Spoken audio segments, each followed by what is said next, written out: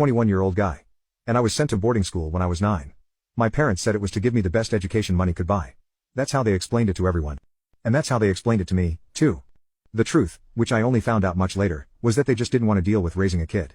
They told some relatives in passing that it was time for a break, but no one thought it was serious enough to challenge. No one told me anything. I remember the day they dropped me off. It was early September. My dad parked the car. My mom signed a few forms, and within minutes, they were back in the car and gone. I didn't even get a tour of the place with them. I spent that first night in a room with another boy, who'd already been there a year. He didn't talk much. I cried under the blanket until I fell asleep. I kept staring at the school phone by the hallway door, hoping they'd call. They didn't, for the first year. They called maybe once every few weeks, sometimes just for a couple of minutes, and sometimes they didn't call for over a month. I used to wait near the phone room after dinner in case they tried. The staff told me not to get my hopes up too often. I stopped waiting after a while. The school itself was top tier. I'll give them that. Great facilities, well-funded programs, teachers who cared. But it didn't take long to realize that for most of the other students, this was just a temporary thing. During Christmas or Easter, their families would pick them up. Summer came, and the dorms would empty out. I stayed behind. By the time I was 11, I already knew the drill. Holidays meant a nearly empty campus. A few of us stayed, kids from overseas or kids like me who didn't have anyone coming. The dorm supervisors would sometimes organize movies or board games, but it never felt like enough. You could hear how quiet the halls got when no one was around. When I turned 13, one of my teachers slipped up. We were talking about cities, and she asked if I'd ever visited the city my parents had moved to. I had no idea what she was talking about. I thought we still lived in the same town. She froze, realizing what she'd said, and tried to brush past it. I went to the admin office to call the only number I had on file. It was disconnected. I sent 3 emails over the next week. No one responded. At 15, I gave up trying. I stopped waiting on visiting days. The school staff noticed, and a few of them stepped in quietly. One of the sports coaches helped me set up a part-time job in the library.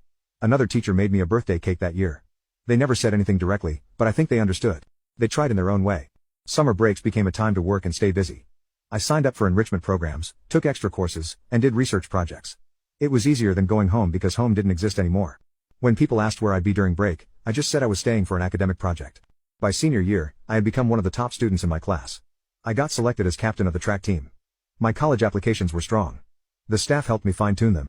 When the invitations for graduation were printed, I sent one to the address. I had no reply. Graduation day came. Everyone was hugging their families, taking photos, loading cars. I stood at the gate with my suitcase, waiting. I stayed out there for nearly 4 hours. People stopped asking if someone was coming. Eventually, the headmaster walked out, gave me a look I'll never forget, and offered to drive me to the train station. We didn't say much during the ride. He handed me a water bottle and paid for the ticket himself. What my parents didn't know, what no one knew, was that I had already planned my escape. During senior year, I'd taken 3 part-time jobs and saved every penny. I found a cheap apartment near my college campus and signed the lease on my own. I never told the school staff. I didn't want to be talked out of it. When I stepped off that train, I didn't go looking for anyone. I went straight to the apartment. The keys were waiting in a lockbox. I unpacked my bags, set up the mattress on the floor, and sat there in silence. That was the first night I realized I wasn't a student anymore. I wasn't anyone's son, either. Not really. I was just a guy in a bare room, starting from zero. But at least this time, no one was going to disappear on me. The first semester of college was rough but manageable. I kept to myself, worked long shifts in the dining hall, and took early morning classes to free up time for side jobs. After the move from boarding school, I didn't bring much with me: a suitcase, some clothes, old notebooks. I used to fold up the mattress in a second-hand desk from a buy and sell board. My meals were mostly peanut butter sandwiches and rice with canned vegetables. I didn't expect anything better. One night after a lecture, I sat down and wrote a letter. I printed out a few of my graduation photos and tucked them in the envelope. I didn't write much, just that I had graduated, moved to college, and wanted some kind of closure, any explanation. I mailed it to the only address I'd ever known. 3 weeks later, the envelope came back, stamp torn off, no forwarding address. I took that letter to the college counselor's office. The woman at the front desk looked confused until I explained my situation: no contact with family, no one to list for emergencies, no support. The counselor sat with me for nearly an hour, asking questions gently. Then she explained how I could apply for legal emancipation and something called independent student status so I wouldn't lose my financial aid. While the paperwork started, I picked up more shifts: campus bookstore on weekends, delivery app in the evenings.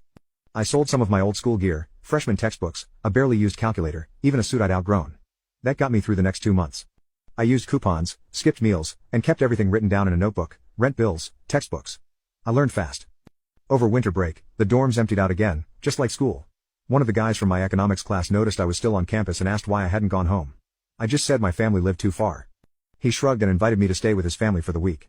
I almost didn't go, but I figured one hot shower and a meal couldn't hurt. That was the first time I saw what a normal house looked like during the holidays. His family had photos everywhere, home-cooked meals, inside jokes. His younger brother dragged me into a video game tournament. His mother handed me a blanket and told me to grab snacks from the fridge whenever I wanted. I stayed 5 days. She texted me later that month, before finals, to ask how I was sleeping and if I needed anything. That was the week I decided to search, not out of nostalgia, more like curiosity.